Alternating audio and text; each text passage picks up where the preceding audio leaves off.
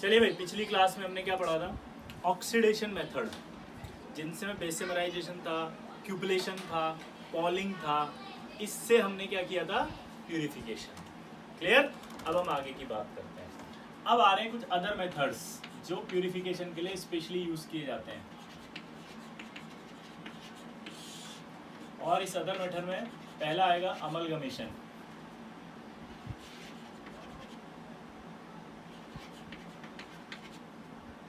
दूसरा आएगा लिक्वेशन और तीसरा आएगा डिस्टिलेशन। पहला क्या आएगा? अमलगमेशन, दूसरा लिक्वेशन और तीसरा डिस्टिलेशन। ठीक है, तो यहाँ पर जब हम बात करेंगे तो देखो ये प्यूरिफिकेशन मेथड है, और ये प्यूरिफिकेशन मेथड जो होते हैं ना, वो प्यूरिफिकेशन मेथड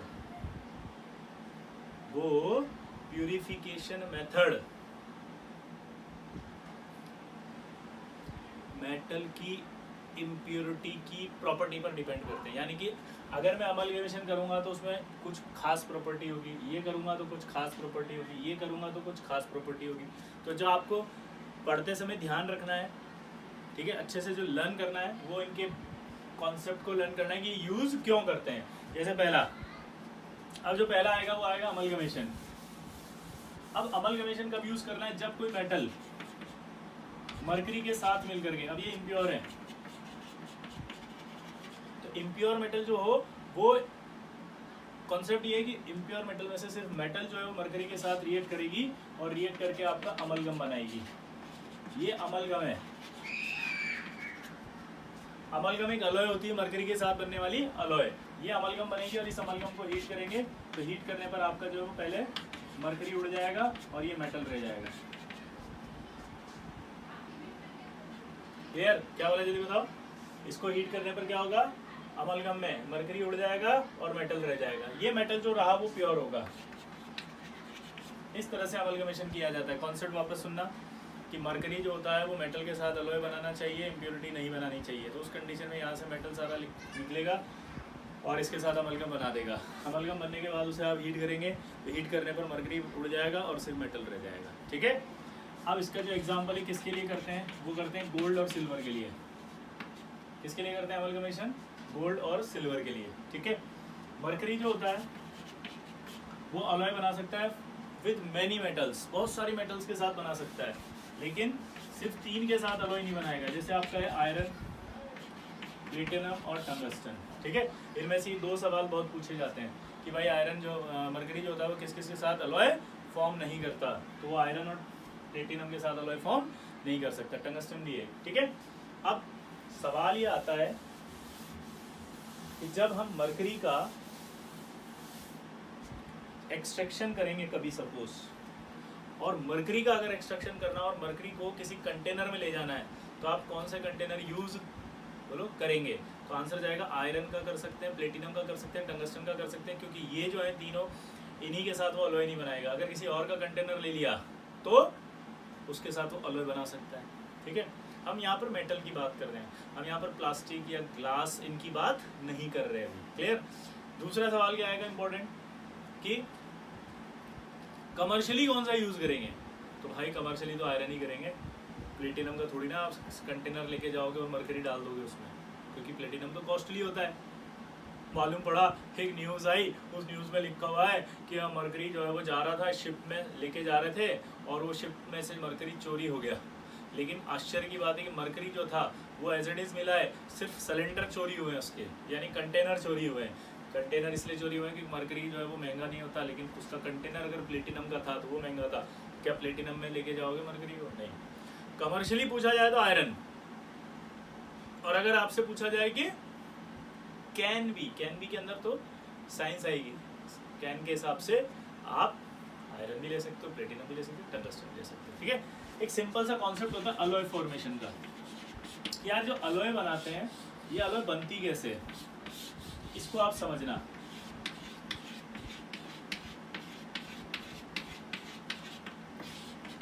सिमिलर साइज वाले जो एलिमेंट्स होते हैं ना, जैसे ये सिमिलर साइज है, ये इसके यहाँ से यहाँ चला गया, ये यहाँ से यहाँ चला गया, ये क्या कहलाता है? Similar size. तो जो सिमिलर साइज वाले होते हैं, ये सिमिलर साइज वाले, ये आपस में एक दूसरे से इंटरचेंज हो जाते हैं, मतलब ये एटम इधर आ जाए, ये एटम इधर आ जाए, तो इसमें क्या होगा, अलॉय फॉर्मेशन की टेंडेंसी आ जाएगी। अगर साइज डिफरेंट होगा तो फिर इसका एटम इस पर नहीं हो सकता ऑक्यूपाइड, और इसका एटम वहाँ ऑक्यूपाइड नहीं हो सकता। नहीं है बात समझ में? क्लियर? तो हमने क्या बोला कि ये एटम यहाँ नहीं जा सकता और ये एटम यहाँ नहीं आ सकता, लेकिन अगर सिमिलर साइज होगा तो ये आसानी से आ जा सकते हैं। तो अलॉय फॉर्मेशन का एक सिंपल कॉन्सेप्ट होता है कि जो सिमिलर साइज वाले एलिमेंट होते हैं वही आपके जो है वो अलॉय फॉर्म कर सकते हैं। अगला देखो, अगला जो आएगा अलॉय फॉर्मेशन में, और लिक्वेशन। इसका कॉन्सेप्ट ये होता है कि मेटल की जो इम्प्योरिटीज हैं, वो मेटल के अंदर जो इम्प्योरिटीज है वो हायर मेल्टिंग पॉइंट रखे, यानी कि मेटल का मेल्टिंग पॉइंट क्या होना चाहिए, कम। तो कॉन्सेप्ट क्या होगा, when metal has low melting point, क्या बोला जल्दी बताओ, when metal has low melting point, कम अगर मेल्टिंग पॉइंट रखेगा तो ही आप जो है वो लिक्वेशन करेंगे। ठीक है, लिक्वेशन किया जाता है आपका किसके लिए, लेड, बिस्मिथ और टिन। किसके लिए किया जाता है बताओ, लेड, बिस्मिथ और टिन। अब इसको करते कैसे हैं, ये ओपन अर्थ होता है, ठीक है, इस ओपन अर्थ पे मेटल प्लस इंप्योरिटी को डाल देते हैं।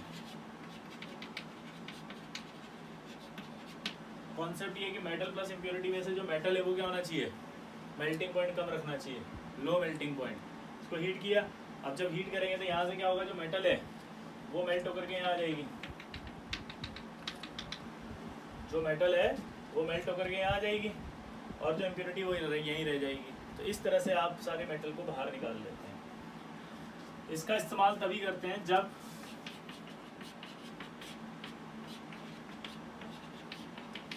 इम्प्योरिटी कंटेंट कम से कम 10 से 15% हो। ठीक है, कब, जब इम्प्योरिटी का कंटेंट क्या हो, 10 से 15% का होना चाहिए, तभी आप इसका इस्तेमाल करेंगे। इम्प्योरिटी परसेंटेज ज़्यादा होना चाहिए तब इसका इस्तेमाल करते हैं। अब मैं आपको क्लियर बोल दूँ, इसका जो एक्चुअल वो समझ में आएगा आपको आगे जब हम पढ़ेंगे। अभी सिर्फ कॉन्सेप्ट पढ़ा है। इस कॉन्सेप्ट में 3 चीज़ें आपके दिमाग में होनी चाहिए कि मेटल का मेल्टिंग पॉइंट कम होता है, लेड, बिस्मिथ और टिन के लिए करते हैं। इम्प्योरिटी कंटेंट जब 10 से 15% होता है तब करते हैं। दूसरी बात, जो आपके डाउट्स होते हैं वो डाउट थोड़ा सा ऐसे होते हैं कि सर ये स्लोपिंग अर्थ है, इसको हीट करेंगे तो जब मेटल जाएगी तो सर इम्प्योरिटी भी तो गिर जाएगी। यहाँ पर ऐसे चैम्बर होते हैं, मतलब ये कोई लाइन नहीं है, चैम्बर्स होते हैं, उन चैम्बर से होते हुए जाता है, जो मेल्ट होगा पहले वही होगा, बाकी चैम्बर के अंदर रह जाएगा। ऐसे प्रोसेस होता है, सिस्टम होता है। ठीक है, तो ऐसे जब भी डाउट आए ना आपको कि ये उसमें गिर जाएगा, उसमें गिर जाएगा, तो इतना दिमाग लगाया करो कि यार वहाँ अगर गिर जाएगा तो ख़राब हो जाएगा। अब ये डाउट आपको आ रहा है तो जिसने फर्नेस बनाया उसको नहीं आ रहा होगा, उसने अरेंजमेंट रखे होंगे ना सारे पहले ही। ठीक है, ऐसे डाउट मत लाना। अगला है distillation.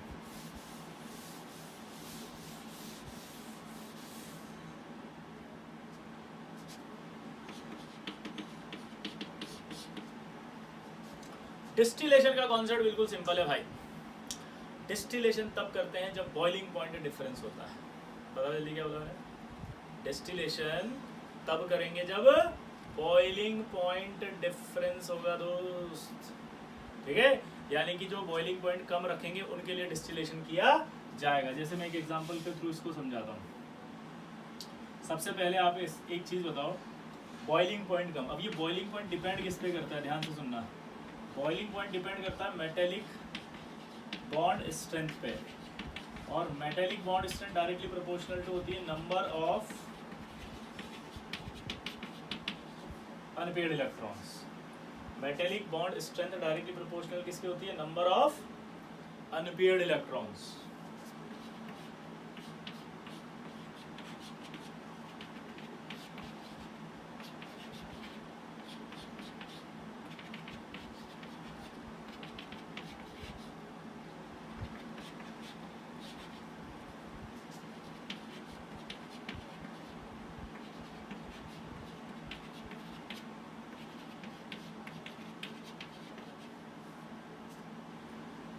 Three D 1 4s2, 3d5 4s1, 3d10 4s2। Clear? अब ध्यान दो इधर, metallic bond strength directly proportional to होती है नंबर ऑफ अनपेड इलेक्ट्रॉन, और boiling point directly proportional to metallic bond strength, यानी कि बॉइलिंग पॉइंट पे डिपेंड करके एक तरह से नंबर ऑफ अनपेड इलेक्ट्रॉन्स पे। अगर आप ध्यान से देखो तो यहाँ पर अनपेड इलेक्ट्रॉन अभी 1 दिख रहा है, यहाँ 6 दिख रहे हैं और यहाँ 1 भी नहीं दिख रहा। तो सबसे ज्यादा बॉइलिंग पॉइंट और मेल्टिंग पॉइंट जो है वो किसका होगा?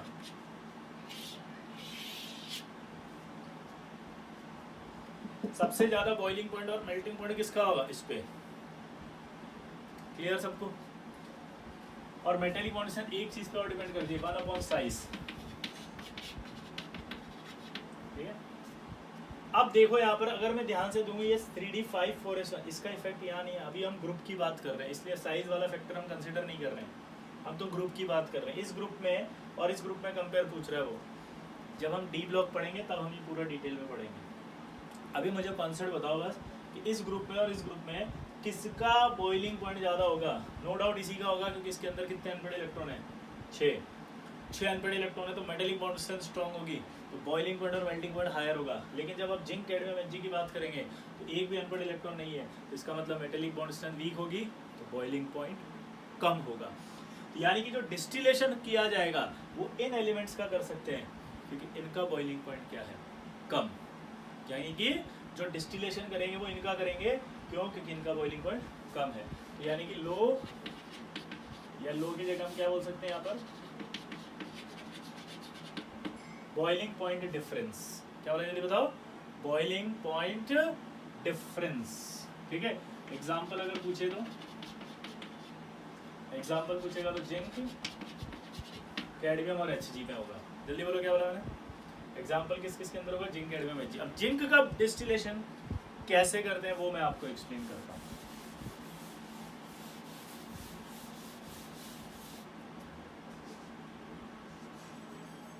जिंक का डिस्टिलेशन कैसे करते हैं देखो जरा। जिंक जो होता है उसके अंदर जो इम्प्योरिटीज पाई जाती हैं वो कौन कौन सी पाई जाती है जरा देखो। जिंक में, ठीक है, ध्यान देना है इधर।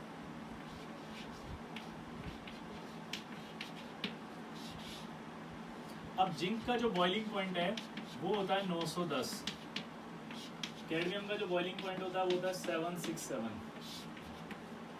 अब अगर आप ध्यान से देखें तो इसका जो टेम्परेचर है वो आप देखो ग्रेटर देन कर दिया मैंने 910 डिग्री सेंटीग्रेड से, या अभी पहले एक बार किया 767 डिग्री सेंटीग्रेड से। यहाँ पर टेम्परेचर अपन अगर 767 से ज़्यादा करेंगे और 910 से कम रखेंगे तो आप सोचो कैडमियम तो उड़ जाएगा। कैडमियम उड़ गया। अब कैडमियम के बाद क्या बचा? जिंक। कैडमियम के बाद क्या बचा? जिंक। और जिंक में क्या बचा? Fe और बोलो लेड। आप दिमाग लगाओ यहाँ, इसका 910 और इसका 1500 के आसपास होता है, तो आप टेम्परेचर क्या करोगे? 910 से ज़्यादा कर दोगे। 910 से ज़्यादा करते क्या होगा? यहाँ से जिंक उड़ जाएगा। ये जिंक उड़ गया और इम्प्योरिटी में क्या रह गया? Fe और Pb। तो ये Fe और Pb रह गया। क्लियर? तो ये Fe और Pb बचा रह जाएगा एज इम्प्योरिटी और जिंक बाहर आ जाएगा। इस तरह से जिंक को प्यूरिफाई किया जाता है डिस्टिलेशन के थ्रू। ये आपके प्रोसेस कंप्लीट हुए कौन से? Extraction process. मैंने कहा था ना आधा मेटलर्जी हो गया। अब एक एक मेटल का हमको इंडिविजुअल एक्सट्रैक्शन पढ़ना है। ठीक है, अब इसमें एक छोटा सा सवाल है मेरा, बताओ। छोटा सा सवाल जो है मेरा वो क्या है कि ध्यान से सुनना, मरकरी का अगर मुझे प्यूरिफिकेशन करना है तो अमलगमेशन से करूंगा कि डिस्टिलेशन से? सोचो, किससे करूंगा? अमलगमेशन से। गलत। डिस्टिलेशन से। अमलगमेशन में से तो मरकरी यूज करते हैं जिससे दूसरे मेटल को प्यूरिफाई करते हैं। मरकरी का खुद का प्यूरिफिकेशन तो डिस्टिलेशन से होगा। ये डाउट बहुत बहुत बहुत खराब है। इस डाउट को आपको हटाना है आज के बाद। क्या बोला जल्दी बताओ? ये डाउट बहुत खराब है, इस डाउट को आपको हटाना है। क्लियर सबको? क्लियर? चलिए हम आगे बढ़ते हैं। अभी हमारा आधा हो गया। अब हम पढ़ेंगे इंडिविजुअल मेटल का एक्सट्रैक्शन। दोबारा बोलो, क्या पढ़ेंगे? इंडिविजुअल मेटल का एक्सट्रैक्शन। उसमें सबसे पहले आ रहा है आपका सिल्वर। ठीक है, एक्सट्रैक्शन ऑफ सिल्वर।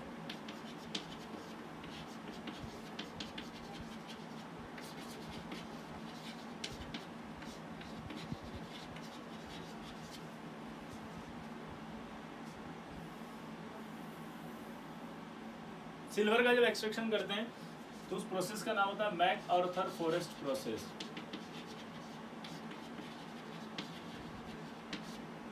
दूसरा नाम होता है उसका साइनाइड प्रोसेस। अब सिल्वर जो होता है ना वो दो तरह से पाया जाता है। एक सिल्वर पाया जाता है आपका कंबाइंड फॉर्म में और एक पाया जाता है नेटिव। तो पहले अपन कंबाइंड फॉर्म वाला पढ़ेंगे, यानी कि extraction of silver from Ag2S। चलो बताओ Ag2S का नाम क्या था? अर्जेंटाइट। Ag2S का नाम क्या था, जल्दी बताओ? अर्जेंटाइट।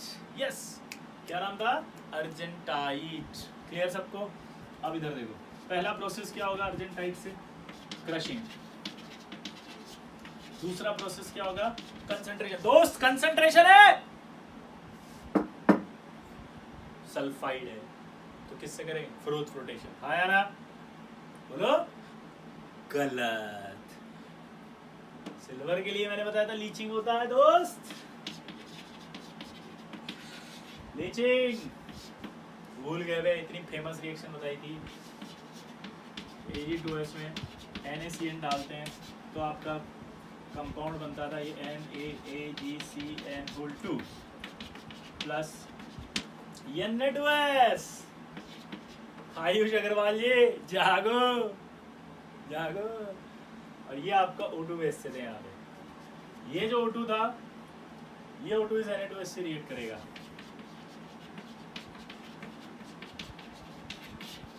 और इससे रिएक्ट करके बनाता था Na2SO4 plus NaOH plus sulphur. तो ये आपका Na2S O2 से रिएक्ट करके Na2SO4 plus NaOH plus sulphur बनाता था।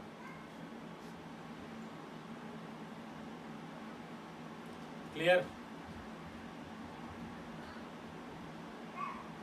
ये सल्फर का येलो या व्हाइट आता था, इसको पीपीटी को हमने हटा लिया। ये येलो और व्हाइट प्रेसिपिटेट आ गया तो हमने ये हटा लिया, तो ये हट गया यहाँ से। हटने के बाद आपने देखा था कि यार ये जो है वो सारा का सारा मेरे पास आ चुका है सिल्वर इस कॉम्प्लेक्स में।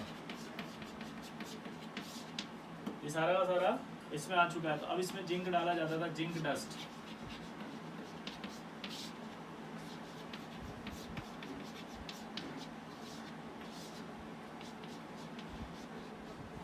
ये आपका Na2ZnCN होल 4 बना रहा है और यहाँ आ रहा है आपका Ag। ये आपका Ag मिल गया। अभी इसका प्रोसेस का नाम मैंने बताया था लीचिंग, और इस प्रोसेस का नाम मैंने बताया था हाइड्रोमेटलर्जी।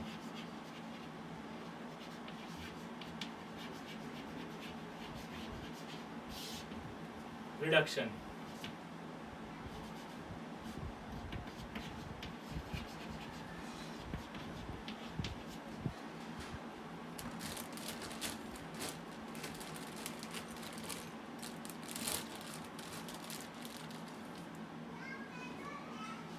ये आपका हाइड्रोमेटलर्जिक रिडक्शन हो गया। अब इसका प्यूरिफिकेशन करना है। प्यूरिफिकेशन जो होगा अब वो देखो,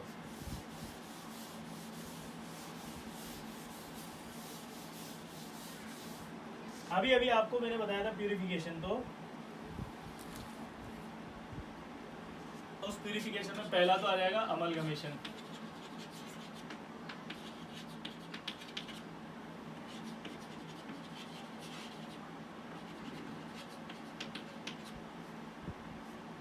प्यूरिफिकेशन में पहला तो अभी बताया अमलगमेशन। दूसरा जो सबसे फेमस है वो है आपका इलेक्ट्रो रिफाइनिंग। दूसरा जो सबसे फेमस है वो क्या है? Electro refining. अब बात आती है यहाँ पर अमलगमेशन है, फिर इलेक्ट्रो रिफाइनिंग अगर करना हो तो कैसे करेंगे?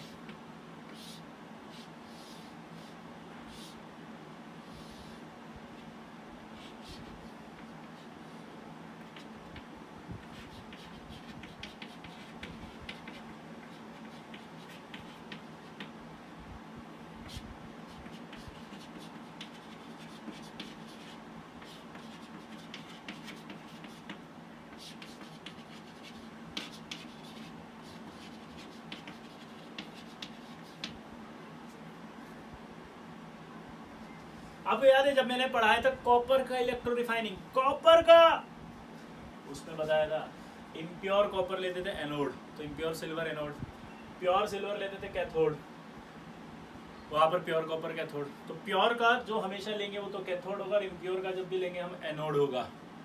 क्लियर सबको। अब आगे की बात करते हैं, इलेक्ट्रोलाइट कौन होगा? इलेक्ट्रोलाइट AgNO3 प्लस HNO3 होगा। क्या होगा ये बताओ? इलेक्ट्रोलाइट कौन सा होगा? AgNO3 plus HNO3। क्लियर। अब आपको पता था सबको कि एट एनोड क्या होता है? एट एनोड Ag से या Ag प्लस बनता है, ठीक है। और एट कैथोड अगर हम बात करें तो आपका एट कैथोड जो है वो Ag प्लस एक इलेक्ट्रॉन लेकर के Ag बना देगा, आया ना? क्लियर है सबको? ये Ag से Ag प्लस बन जाएगा, Ag प्लस इलेक्ट्रॉन लेके Ag बन जाएगा, धीरे धीरे सारा का सारा सिल्वर यहाँ आ जाएगा, 99.9% प्योर होगा और इनऑड मड में गिर जाएगी बाकी इम्प्योरिटी। इम्प्योरिटी वही मैंने कॉन्सेप्ट बताया था, जिस मेटल का एक्सट्रैक्शन करोगे उसके नीचे वाली, ठीक है। ये आपका सिल्वर का प्यूरिफिकेशन, ठीक। अब ये तो हुआ उसके कंबाइंड ओर से। अब आएगा extraction of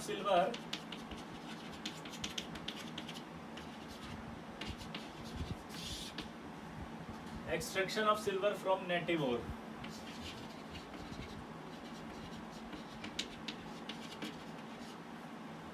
extraction of silver from native ore. देखो पहला वही क्रशिंग करना है। नेटिव ओर का मतलब होता है सिल्वर अकेला मिलेगा जमीन से निकालोगे तो, उसके साथ जो इम्प्योरिटी है वो हटानी है। कंसंट्रेशन किससे करते हैं? लीचिंग। अच्छा, प्रोसेस का नाम अभी भी वही होगा, मैक ऑर्थर फॉरेस्ट प्रोसेस। क्या नाम होगा अभी भी? MacArthur Forrest process. Concentration किससे करेंगे अभी? लीचिंग से। अब कैसे करेंगे वो देखो आप। Ag प्लस वही NaCl लेंगे, लेकिन अब की बार एक खास यहाँ पर साइनाइड सॉल्यूशन लेना है आपको, चाहे वो सोडियम लो चाहे वो पोटेशियम लो। मैं चलो पोटेशियम लिख देता हूँ ताकि आपको डिफरेंट देखना हो जाए। अब ये रिएक्शन होगी। अब यहाँ एक खास बात है, आपको पता है सिल्वर इसके साथ रिएक्ट करके कॉम्प्लेक्स बनाता था। गलत पता है, सिल्वर नहीं बनता, सिल्वर कैटायन था वो। Ag2S जब लिया था ना तो Ag2S में क्या था? Silver plus. तो यहाँ पर ये प्लस नहीं है इसलिए कॉम्प्लेक्स नहीं बनेगा, इसलिए O2 लिया है, क्योंकि ये O2 इसको ऑक्सीडाइज करेगा। फंक्शन ऑफ O2 नेटिव और में बदल जाएगा, क्योंकि यहाँ जो O2 है वो इसको ऑक्सीडाइज करने के काम आएगा। पहले क्या था? इक्विलिब्रियम को आगे ले जाना। पहले क्या था? इक्विलिब्रियम को आगे ले जाना। और अब क्या है?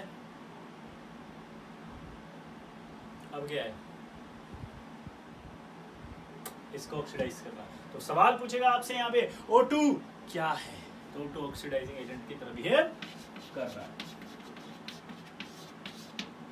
ये AgCN2 बन जाएगा, यहाँ पर आपका ये माइनस, या K लगा दें अपन अगर, और ये आ जाएगा आपका KOH। बैलेंस करो इसको, ये आ जाएगा, ठीक है। आया ना?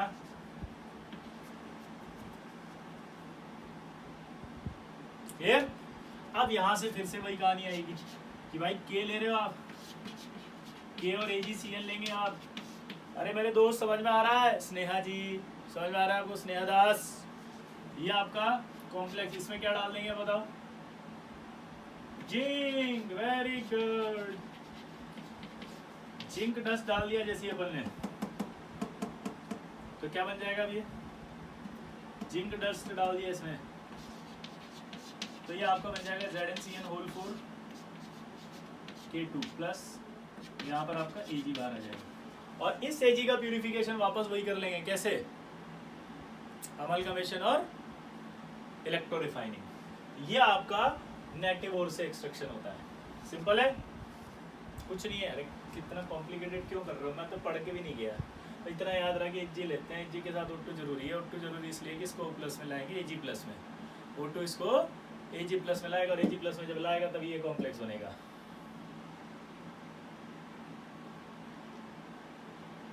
और ये कॉम्प्लेक्स में जब जिंक डस्ट डाल देंगे तो आपको रिड्यूस कर देगा इसको, तो ये कॉम्प्लेक्स बन जाएगा सॉल्यूबल।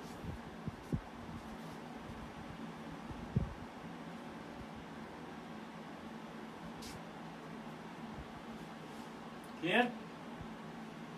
अब देखो एक्सट्रैक्शन ऑफ सिल्वर की जगह अगर अपन लेते हैं एक्सट्रैक्शन ऑफ गोल्ड, तो सेम प्रोसेस है। फ्रॉम नेटिव और मैक ऑर्थर फॉरेस्ट प्रोसेस कहेंगे, क्रशिंग होगा, कंसंट्रेशन किससे करेंगे, लीचिंग। अब यहाँ पर आपको बस क्या करना है बताओ, वापस गोल्ड 8 KCN वही O2, और यहाँ पर Ag की जगह क्या आ जाएगा सिर्फ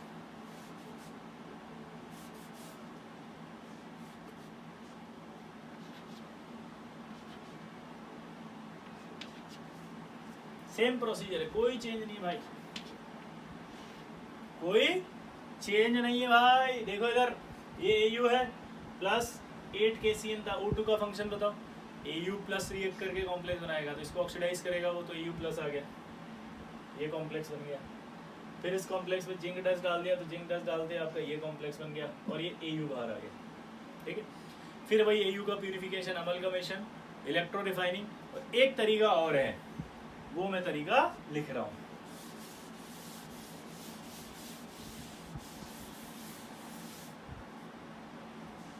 हाँ तरीका देखना इधर,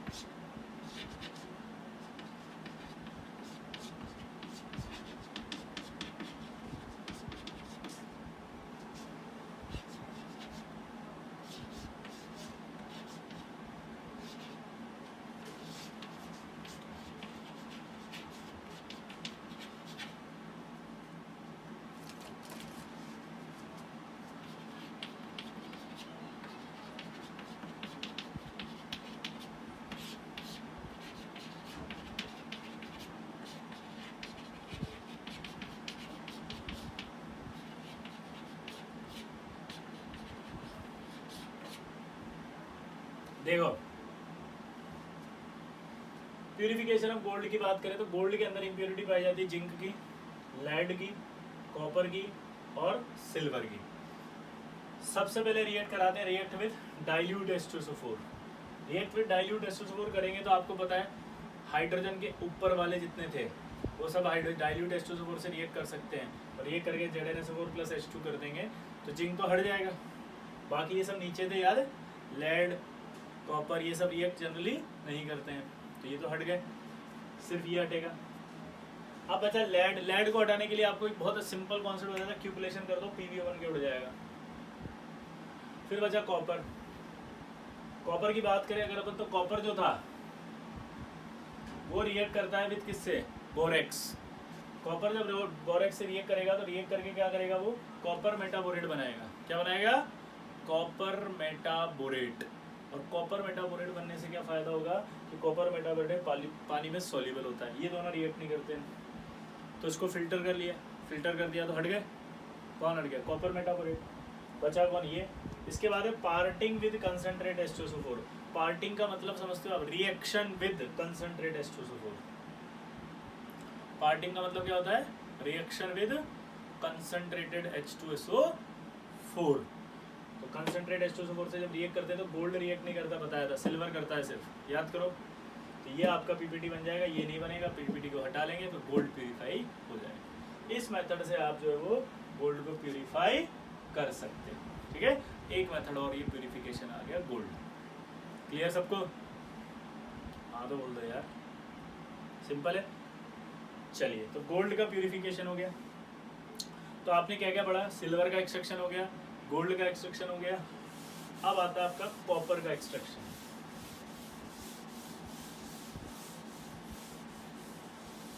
आपको क्यूपलेशन याद है ना, कल पढ़ाया था, उसमें कहा था कि ऑक्सीजन एफिनिटी जिसकी ज़्यादा होगी वो उड़ जाएगा, ठीक है।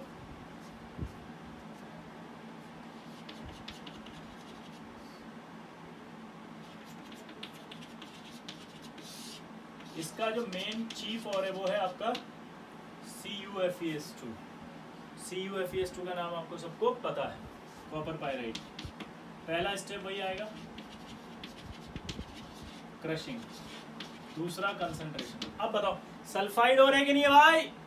अगर सल्फाइड और है तो उस कंडीशन में ये सल्फाइड और है तो क्या करेंगे इसका? Froth flotation. सिल्वर और गोल्ड के लिए था लीचिंग, लेकिन बाकी सारे सल्फाइड के लिए क्या था? Froth flotation. फ्रोथ फ्लोटेशन कैसे करते हैं पूरा कॉन्सेप्ट पढ़ा रखा है। तीसरा, अब सल्फाइड हो रहे, रोस्टिंग करोगे या कैल्सिनेशन? दोस्तों रोस्टिंग है कैल्सिनेशन? सोचिए। पुनिया ये हेलीकॉप्टर की तरह जो माइक लगा रखा है उससे सोच क्या होगा रोस्टिंग। देख इधर, ये नहीं इसकी roasting. CuFeS2 plus O2, Cu2S,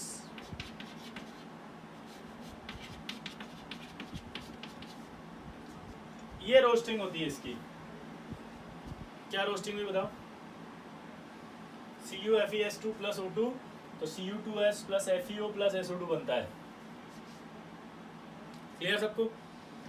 doubt क्या है यहाँ पे? बड़ा इंटरेस्टिंग है।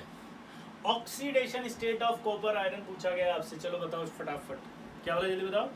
Oxidation state of copper and iron. सब सोचो इसके अंदर, चलो ट्राई करो फटाफट जल्दी। यस,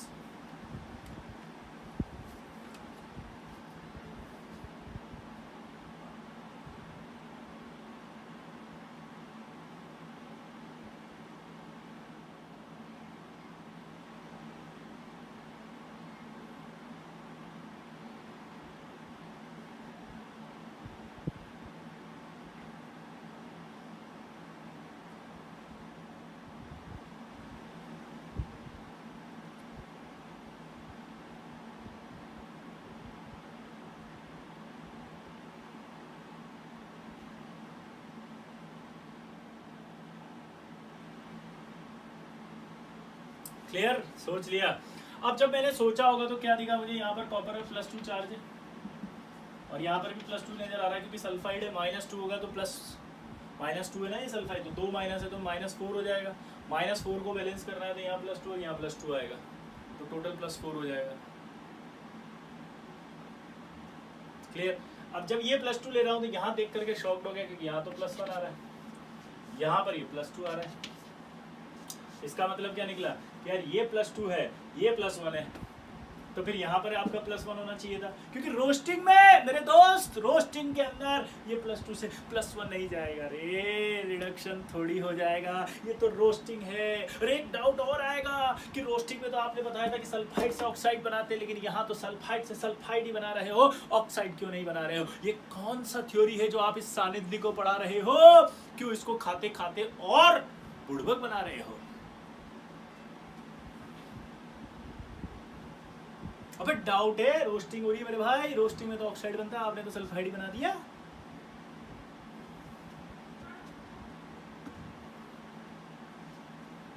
और ये ऑक्सीडेशन स्टेट का लोचा समझ में नहीं आ रहा, आएगा। यस, देखिए जरा, ये जो हम पढ़ते हैं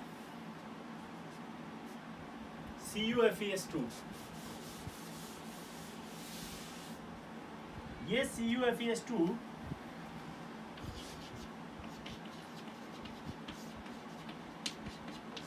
एम्पेरिकल फॉर्मूला होता है। क्या बताओ, ये CuFeS2 एम्पेरिकल फॉर्मूला है।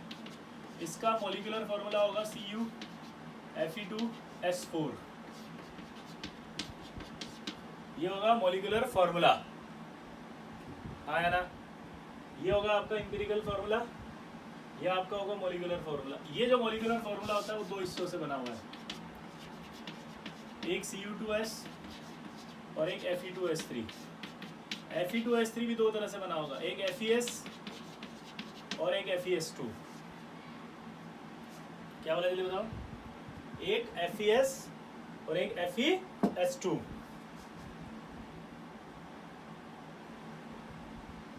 क्लियर, आया ना। अब ये जो FeS2 है इसको भी ध्यान से देखना पड़ेगा।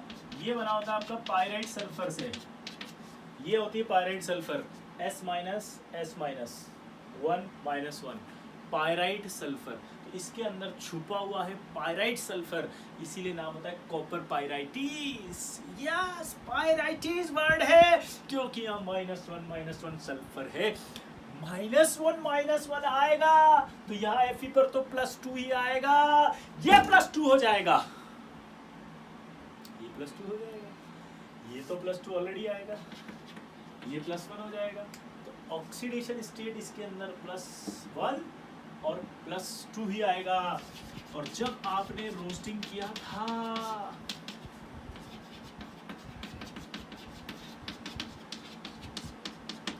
तो यही तो प्रोडक्ट आएगा, +1 आ रहा है, +2 आ रहा है। ये तो क्लियर हो गया आई थिंक। दोबारा समझेंगे, ये एम्पिरिकल फॉर्मूला है जो हम देखते हैं, ये मॉलिक्यूलर फॉर्मूला होता है। इस मॉलिक्यूलर फॉर्मूले में ये Cu2S होता है, Fe2S3 होता है।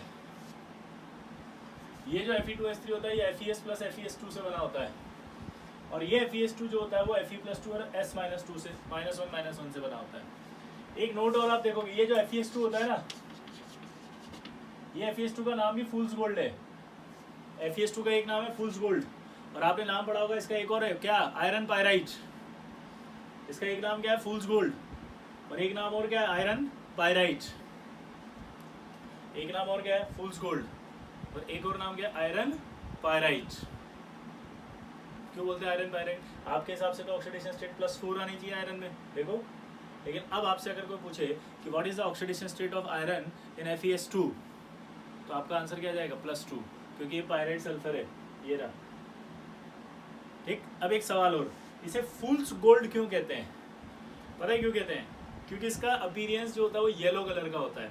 अब जब कभी किसी की जमीन से आप खोदाई करो और अचानक से येलो मेटल निकलने लग जाए, oh my god yellow metal आ रही है, oh my god yellow metal, optimistic thought आती है, फील आती है, क्या, गोल्ड होगा। क्या फील आएगी, गोल्ड। क्या फील आएगी, गोल्ड। क्या फील आएगी, गोल्ड, कि गोल्ड है।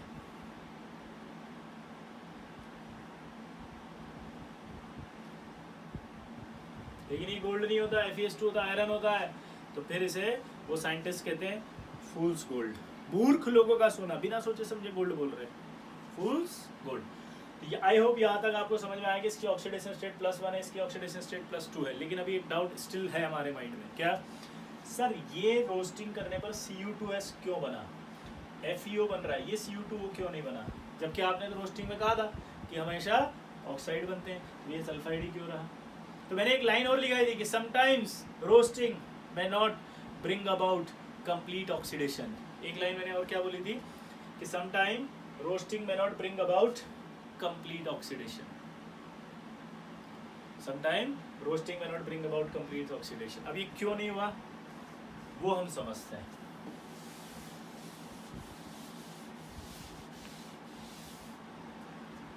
देखो जरा यहाँ पर CuFeS2+O2 है, ये क्यों बना उसका रीजन है, ये Cu2S की जब O2 से रिएक्शन कराते हैं तो ये Cu2O + SO2 बनता है, SO2 उड़ जाता है,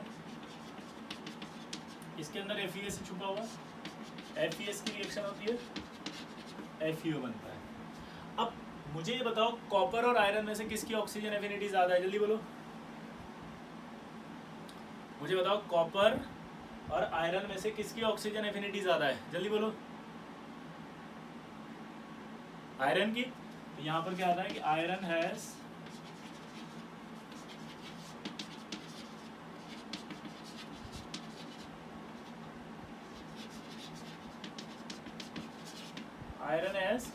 higher oxygen affinity, so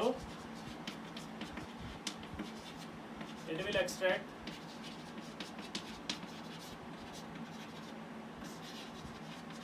oxygen from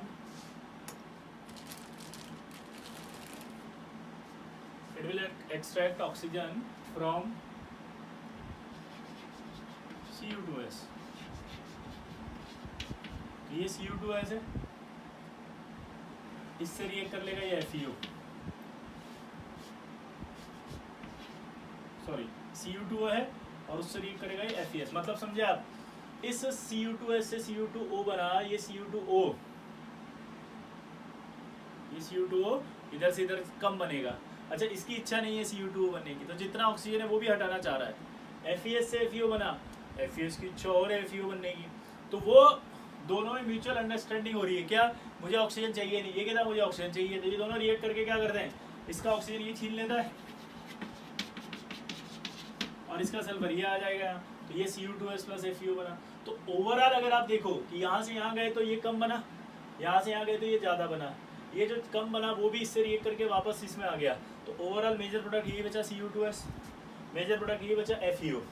ठीक है, इसलिए रोस्टिंग के अंदर ये Cu2s और FeO बनता है। क्लियर सबको? अब आगे की कहानी सुनो।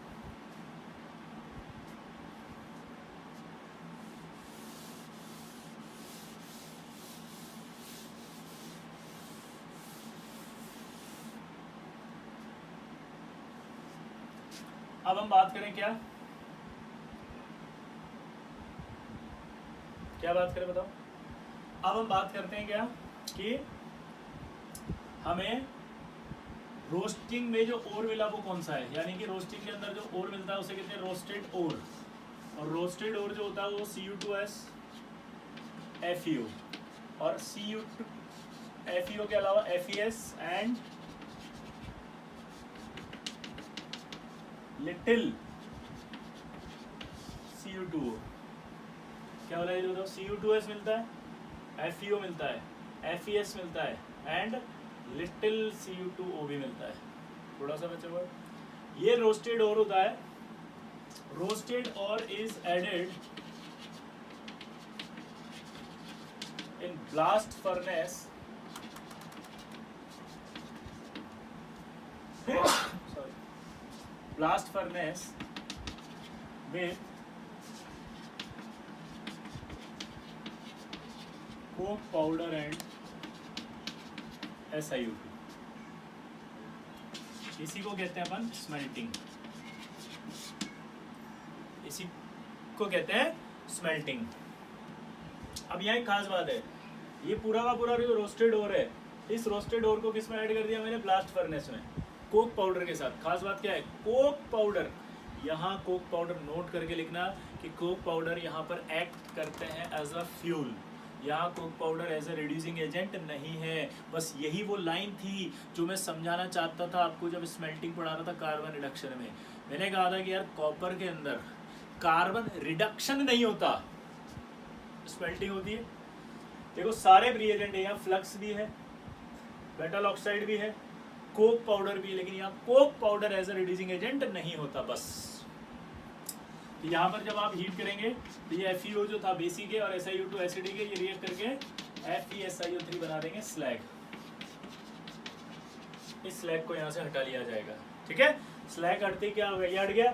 अब मेजर प्रोडक्ट जो बचा वो Cu2s प्लस FeS हो जाए। ये तो बहुत कम है, माइन्यूट। ठीक है, मेरा सवाल जो समझाने की कोशिश वहाँ पर ये की थी कि कार्बन रिडक्शन जहाँ जहाँ होगा स्मेल्टिंग वहाँ वहाँ होगी, और कार्बन रिडक्शन को ही स्मेल्टिंग कहते हैं।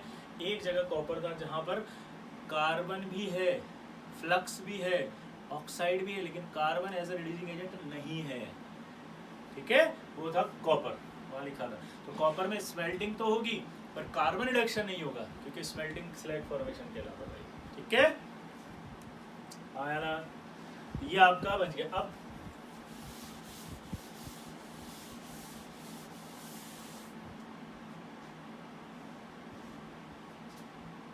क्लियर? अब देखो इधर स्मेल्टिंग की बात कर रहे हैं। स्मेल्टिंग के बाद जो हमारे पास बचता है आफ्टर स्मेल्टिंग,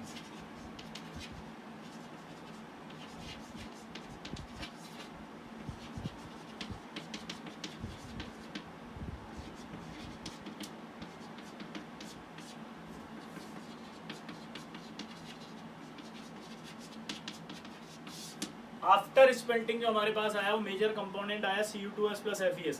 लिटिल Cu2 है तो उसको लिख नहीं रहे, मेजर कंपोनेंट जो है वो Cu2s प्लस FeS है और ये 98% और ये 2% है, वो पॉइंट्स में आपका Cu2 पड़ा हुआ है, उसको यहाँ पर कंसिडर नहीं करते। और इन दोनों को मिला के कहा जाता है कॉपर मैट। तो ये जो कॉपर मैट अब बचा, इस कॉपर मैट को इंट्रोड्यूस किया जाता है। कॉपर मैट इज एडेड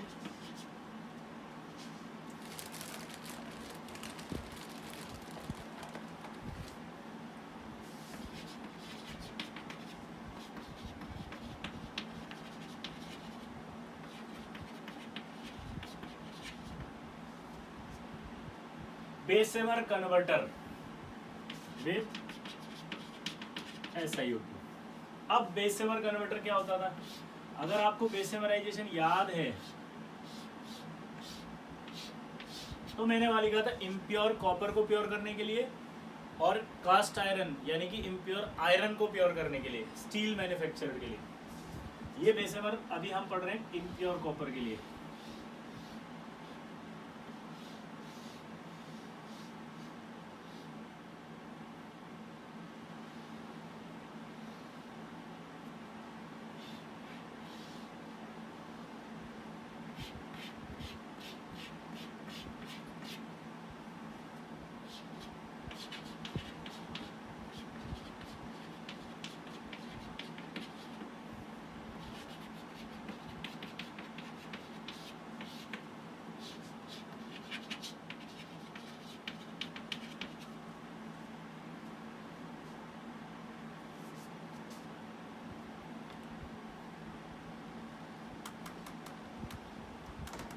तो ये हॉट ब्लास्ट एयर पास करेंगे यहाँ पे। तो जब आप हॉट ब्लास्ट एयर पास करोगे तो दिमाग लगाओ, क्या दिमाग लगाओ कि जब हम हॉट ब्लास्ट एयर पास करेंगे इसके अंदर तो सबसे पहले कौन रिएक्ट करेगा बताओ? Cu2s और FeS में से FeS O2 से रिएक्ट करेगा और क्या बना देगा? FeO, SO2 उड़ जाएगा। ये जो FeO है वो FeO इस रिएक्ट करेगा इस SiO2 से, और SiO2 हमने ऐड भी किया था अभी, copper matte added in Bessemer converter along with SiO2। तो ये FeO इस SiO2 से रिएक्ट करेगा।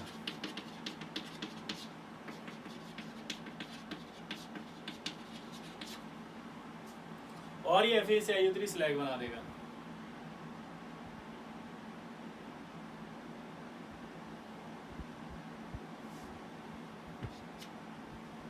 ये FeSiO3 क्या बना देगा? स्लैग। स्लैग निकल गया। इसमें एक खास बात होती है, जब हॉट ब्लास्ट एयर पास करते हैं ना अंदर, तो यहाँ से क्या बाहर निकलता है? Green flames. क्यों निकलती है? क्योंकि ये FeS से FeO बनता है और FeO जब बनता है तो यहाँ से ग्रीन फ्लेम्स निकलती है। ग्रीन फ्लेम्स जब बाहर निकलती हैं तो हमें पता लगता है कि FeO बन रहा है। और जब ग्रीन फ्लेम दिखना बंद हो जाती है यहाँ पे, तो ये आपका FeSiO2 से रिएक्ट करके स्लैग बना लेता है। इसका मतलब समझे आप? ग्रीन फ्लेम्स दिखना बंद हो गई है तो इसका मतलब ये निकलता है कि स्लैग फॉर्मेशन इज कंप्लीटेड। दोबारा बोलो, इसका मतलब क्या है? Slag formation is completed. दोबारा सुनना, हॉट ब्लास्ट एयर पास करने पर ग्रीन फ्लेम्स दिखाई देगी। ग्रीन फ्लेम्स क्यों दिखती है? क्योंकि FeO बन रहा है। जब ग्रीन फ्लेम दिखना बंद हो जाती है तो ये समझ में आ जाता है कि यहाँ से आपका ग्रीन फ्लेम दिखना बंद हो गया। इसका मतलब क्या हुआ? Slag formation is completed. Slag formation is completed है तो एयर कट ऑफ कर दिया जाता है। ये आपको जरूरत नहीं है भेजने की, एयर कट ऑफ बंद कर देते हैं। रीजन, जितनी ऑक्सीजन है अब उससे काम हो जाएगा, क्योंकि Cu2s की ऑक्सीजन एफिनिटी ज्यादा नहीं होती। इसकी ऑक्सीजन एफिनिटी ज्यादा नहीं है तो Cu2 है, S से Cu2 तो बहुत सारा बनेगा नहीं, कम बनेगा।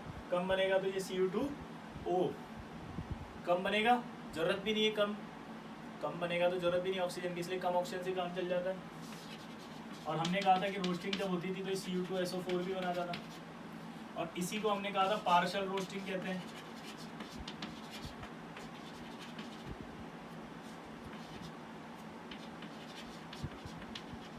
पार्शियल रोस्टिंग क्यों कहते हैं? क्योंकि यहाँ पर आपका ये ऑक्साइड बना, सल्फेट बना, पूरा ऑक्साइड थोड़ी ना बना है, इसकी ऑक्सीजन एफिनिटी तो कम है। और हमने क्या पढ़ा था, फिर जब ये बनता है तो यही आपस में रिएक्ट कर लेते हैं,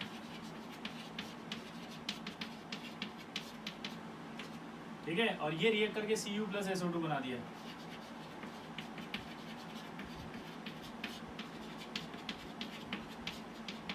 ये कॉपर जो बनता है इसका नाम होता है ब्लिस्टर कॉपर, इसे कहते हैं सेल्फ रिडक्शन। याद आया भाई? स्लैग बना, निकल गया, स्लैग बनने के बाद एयर कट ऑफ कर दिया, ऑक्सीजन भेजने की जरूरत नहीं, पैसे लग रहे, काय भेजेंगे फालतू में। तो जितनी भी ऑक्सीजन थी उससे रिएक्ट करके ये Cu2 बना, और थोड़ा सा अमाउंट में Cu2SO4 बनता है। जब भी रोस्टिंग करवाई थी अपन ने, ये वापस इससे रिएक्ट करेंगे क्योंकि सल्फाइड आयन यहाँ पर रिड्यूसिंग एजेंट होता है। ये चारों रिएक्शन है सेल्फ रिडक्शन में लिखी हुई थी। ये जो रिडक्शन के बाद कॉपर बचा, इसका एक नाम होता है ब्लिस्टर कॉपर, और जो ब्लिस्टर कॉपर होता है वो 98% प्योर होता है। ब्लिस्टर कॉपर जो होता है वो 98% प्योर होता है, शुद्ध, ठीक है। तो ये ब्लिस्टर कॉपर आ गया। अब ये ब्लिस्टर क्यों कहा जाता है? हिंदी में ब्लिस्टर कॉपर का नाम होता है फफोलेदार तांबा। क्या होता है? फफोलेदार तांबा। जैसे आप अपने स्किन पर अगर गर्म पानी डाल दो तो आपके एक छाला या फफोला बन जाएगा, वैसे ही जब मोल्टन कॉपर है उसमें से SO2 बाहर निकलती है ना, तो SO2 सरफेस पर फफोले जैसा अपीरियंस दे देती है। फफोले जैसा अपीरियंस मतलब ब्लिस्टर अपीरियंस, इसलिए ब्लिस्टर कॉपर कहलाता है। अब इस ब्लिस्टर कॉपर का प्यूरिफिकेशन होगा।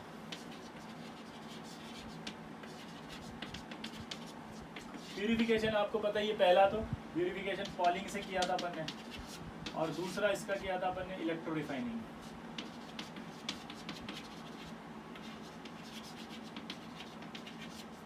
क्या किया था दूसरा? Electro refining. क्या किया था बताओ? Electro refining. क्या किया था? Electro refining. आया ना? तो इस इलेक्ट्रो रिफाइनिंग से आपके पास 99.99% प्योर, 99.99% प्योर कॉपर प्राप्त हुआ। क्लियर? इस तरह से आपका एक कॉपर का एक्सट्रैक्शन भी समाप्त हुआ। तो आई होप कि आप इसे अच्छे से लर्न करेंगे, याद करेंगे, क्योंकि बहुत इंपॉर्टेंट है। पैराग्राफ आया हुआ है जेईई एडवांस में इसमें से, ठीक है। काफी सवाल आते तो, ठीक है। एनर्जेटिक रहना, बाकी नेक्स्ट वन, ठीक है। Thank you.